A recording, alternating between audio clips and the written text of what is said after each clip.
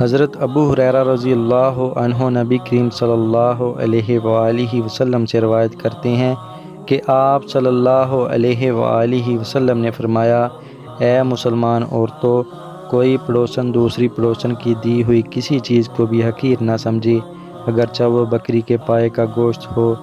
صحیح بخاری حدیث نمبر 2566۔